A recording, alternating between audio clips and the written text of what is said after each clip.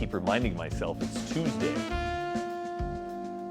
That means Jessica Henry joins us from the County SPCA, and Briggs is here. Briggs, you said, is about 12 weeks? 10, 12 weeks, yes. All right.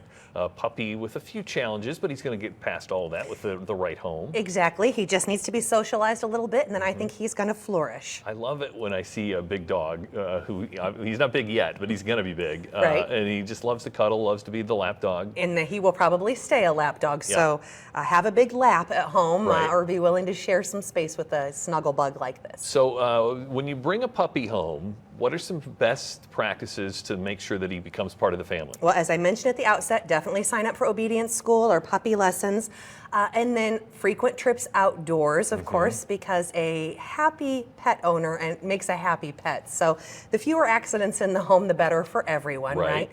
We highly recommend crate training. Did you ever crate train any of your animals? Both of my little 5-pound ones. Actually, all of them. We've always crate trained. Yeah. We highly recommend it so strongly, because not only does it keep your animal from getting into anything and being destructive when you're away from home, but it provides a nice safe space for the animal. Oh, yeah. They tend to go in the crate whether you crate them or not. I tell them that, when I say bedtime, they run to the crate and they're ready to get in, unless of course they want water, and then it's hysterical. Then I'm like, okay, go get the water, and then they run up, they get water, then they go to bed. Your dogs are really smart. Well, you've done a nice job with them. Yeah.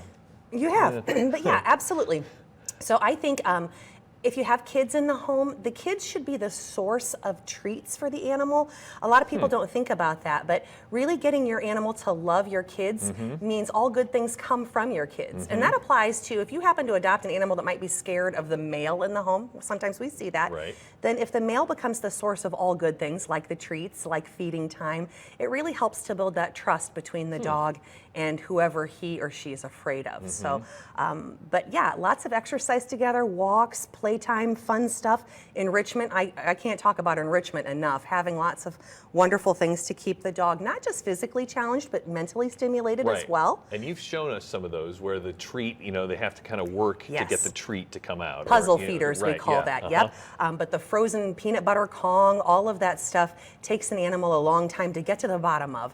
And we find that mental stimulation is as exhausting as the physical, but it's also very beneficial to helping the animal just stay enriched and happy. And so the biggest challenge, do you hear people come back and say, well, this puppy I didn't have enough time. I don't have enough time for the animal. That's what we see the most on our surrender forms.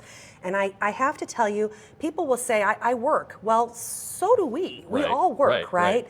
So just making sure that your animal has some enrichment and exercise. Now, of course, we don't want to hear about dogs crated 22 hours a day. But I want people to be realistic about what the dog expects from you, too. Remember, if you send them to a shelter, they're in crates 22 hours a day. Not crates, but kennels, right?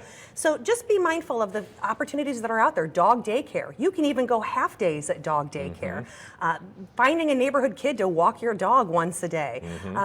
Be mindful that, animals don't require a ton from us, and they give a ton in return. Yep, I love the fact that he's just laying there and ready to go. He slept on the back seat the whole way here. He is a sweet pea.